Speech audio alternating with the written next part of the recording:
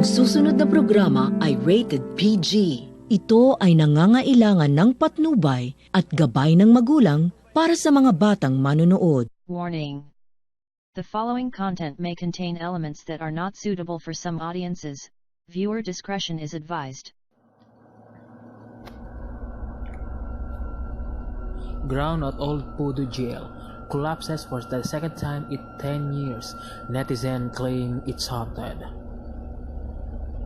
Just last Friday, January 25, 2019, the Bukit Bintang City Center BBCC construction in Pudu was shaken as an entire part of the site collapsed in the ground, reported by the Malay Mail. A local developer has confirmed that a localized failure of a slab was what caused the collapse. The incident happened at 8:23 p.m. Thankfully, there has been no reported injury to any persons or property damage confirmed by the press statement released by Eco World Development Group (BHD) in response to the incident. The reports also says that the relevant authorities were informed and investigations to identify the root cause of the incident were undertaken immediately. In the meantime, the affected area was cordoned off whilst works continue as normal on the other parts of the site which were not affected by the incident. Photos of the site leaked not long after the collapse and circulated across social media and messaging apps showing images of the structural damage.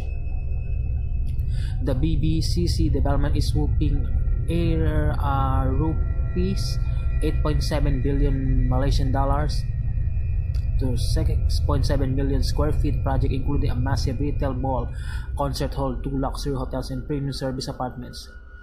It's also built upon the grounds where the infamous Pudu Jail once stood. Standing for a century since its construction, the heritage site was demolished in 2009. UMNO Finance Minister Awang Adek Hussein commented on the prison, saying, "It's not something to be proud of." Indeed, the history of Pudu prison is one shrouded in the mystery and horror. Constructed on top of an ancient Chinese graveyard in 1891, the prison was built by forced labor of criminals. Shortly after it opened, a massive cholera outbreak ended life the hundreds of prisoners.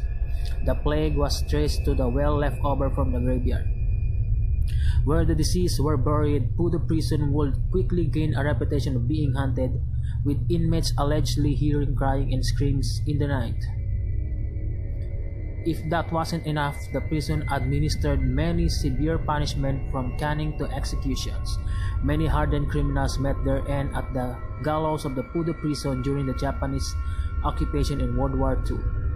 They would use the prison to torture and execute prisoners of war.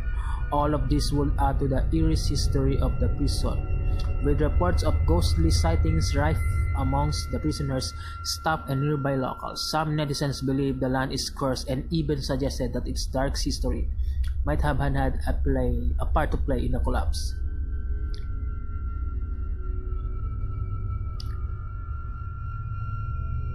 Others have refuted such superstition, citing poor construction planning instead.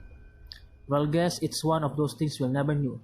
Strangely enough, there was another large structural collapse a few years back in 2014.